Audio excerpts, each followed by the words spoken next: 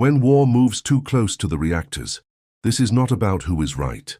This is not about who wins. This is not about flags, borders, or politics. This is about civilization. The war between Russia and Ukraine is being fought in a place, unlike any other modern battlefield, a place surrounded by active nuclear infrastructure.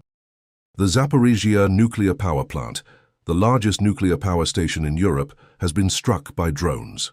Its external power lines have been severed. Backup generators have had to sustain critical cooling systems.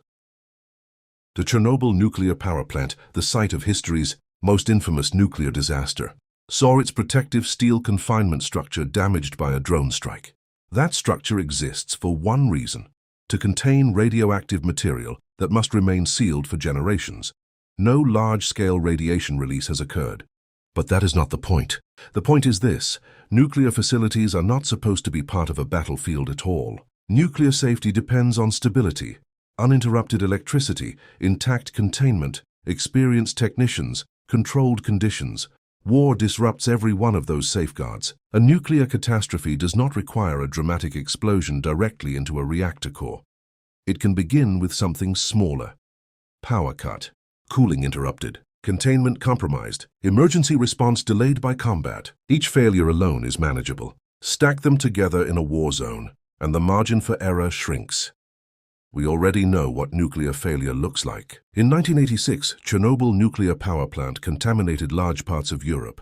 Entire regions were abandoned. In 2011, Fukushima Daiichi Nuclear Power Plant suffered meltdowns after cooling systems failed, displacing communities and reshaping energy policy worldwide. Those were accidents. This is armed conflict. The danger is not that one bomb instantly ends the human race. The danger is cumulative risk. The growing probability that continued military activity around nuclear infrastructure could trigger a severe radiological event. Radiation does not recognize national borders. It does not check passports. It does not take sides. If a major release were to occur, the consequences would not be contained to one country. Agriculture could be affected, water systems contaminated, populations displaced, markets destabilized, political tensions escalated further. When the cost of failure is generational, even a small increase in probability becomes unacceptable. This is not a pro-Russia argument. This is not a pro-Ukraine argument. This is a pro-human survival argument. Every person on Earth has a stake in ensuring that nuclear facilities are never reduced to strategic leverage or collateral damage. Because once radiation spreads at scale, it cannot be negotiated with. Civilization depends on systems functioning as designed. War makes systems fragile.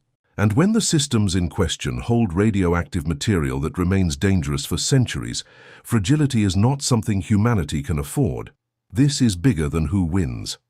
It is about whether we are wise enough to recognize how close modern war can drift toward irreversible consequence. We are living in an age where humanity can split the atom, power entire nations, and light entire cities. And yet we are also living in an age where artillery shells land within miles of nuclear reactors. That contradiction should disturb us, not because disaster has already happened, but because we are gambling with systems that were never meant to withstand war. For decades, the world agreed on one quiet principle: nuclear facilities are different.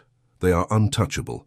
They are beyond the battlefield. Now that line has blurred, and once a line like that blurs, it rarely redraws itself. This is not about politics. It is not about alliances. It is not about ideology. It is about probability. Because civilization is not destroyed only by certainty, it is destroyed by risk taken too many times. All it takes is one cascade, one prolonged outage, one miscalculation, one strike too close. Radiation does not argue. It does not care who fired first. It does not stop at borders.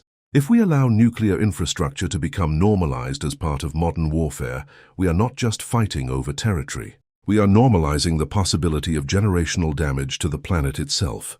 History will not judge us by who won. It will judge us by whether we understood the danger and whether we acted before probability became reality. This war may be regional, but the consequences of nuclear failure never are, and every human being alive today shares the same silent stake: that the reactors never become the next front line. We thank you for watching this episode of Lost Pages Studios. We understand that this particular topic, becomes very political and very polarized. However, we believe that it is irrelevant who is right or wrong at this point. It is imperative that the whole world understands that this particular location cannot be compromised by war for its dramatic impact on not just Europe, but the human race. Please remember to like, share, comment, and subscribe. Remember to stay alert, my friends. Good night.